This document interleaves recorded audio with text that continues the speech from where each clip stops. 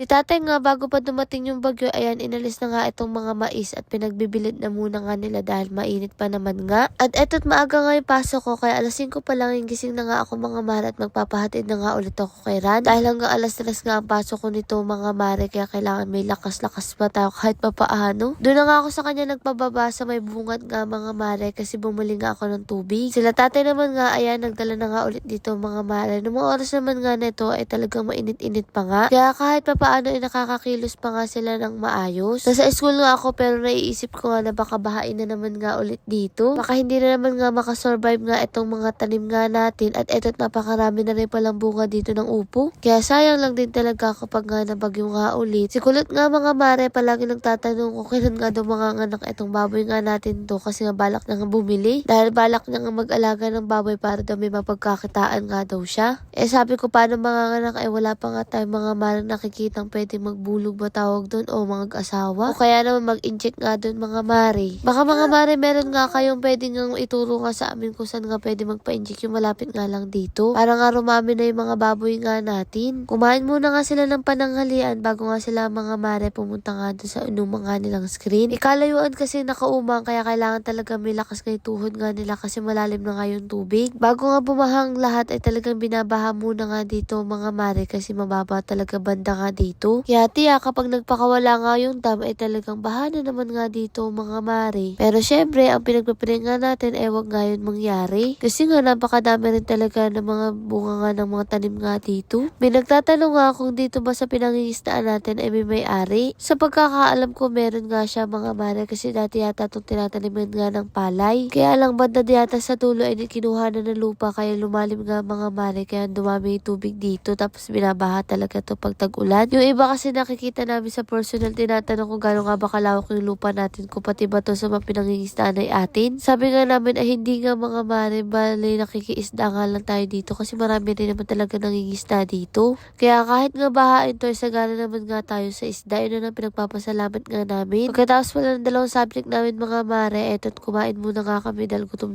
na rin kami. Bandang alas 12 na yata to o alauna. Ako kasi hindi na talaga ako nag-aalmusal nga bago ako pumasok sa eskwela, bibili na lang ako ng tubig, ganyan. Yung mga klase ko nga wala na talaga silang pasok mga mare bandang alas 3. Ako na lang talaga dahil nga nagbago yung curriculum. Kaya kahit nakapag-take na nga ako ng 2 PE noon ay nagtitake pa rin ako ng PE ngayon. Sakto naman nga mga mare napasarap nga kami ng kwentuhan kaya hindi rin ako nainip nag-aantay nga hanggang alas 3. Sa tatay nga bago nga pa dumating yung bagyo inasikaso na nga ni tatay eto mga mais kasi pag natumba to mahirap ng linisin. Dahil eto nga napakarami nga natin binhiin. Naglinis na nga rin sila dito mga mare kasi may karamihan na nga rin ng damo. Kung dito naman nga sa kabila, basta hindi naman nga mga mare ganun kalakas nga yung bagyo o nagpakawala ang dam ng tubig, hindi nga to binabaha. May nagtatanong din kung inaabot ba yung bahay, hindi nga mga mare kasi mataas nga siya at eto na nga itsura nga ng maisan natin. Mas naging maaliwalas nga at meron na pala dyan nakaabang na mais nga na bago. Pero sabi nga namin basta lumakas ang ulan ay talagang kukuhanin na nga natin yung mga tanim nga natin dito para nga mapakinabangan. Pero dahil nga maaraw pa kaya inilagay na nga nila yung mais nga dito mga mare. Kumuha na nga rin sila nga ng mga sitaw nga dito. Sakto masarap nga ito adobo dahil sariwang sariwa. Ito nga yung sinasabi ko sa inyo mga mare. May piing nga kami at meron nga kami pag ganito. Kaya ayan medyo pagod nga din pagulong-gulong palakad-lakad. Abay talagang nabalat nga mga mare yung tuhod ko. Sa mga ganito talaga ay medyo mahina nga ako mga mare at nabilis kong mapagod. At sakto nga pala itong araw na to ay kasal din pala ng kaibigan ko. Kaya sabi ko ay habol nga ako. At sakto din nagkasabi nga kami ng mga klase ko sila Jillian. Sa mga nagtatanong nga sa barley natin mga mare, meron nga siyang FDA kaya naman talagang hindi nga kayo matatakot.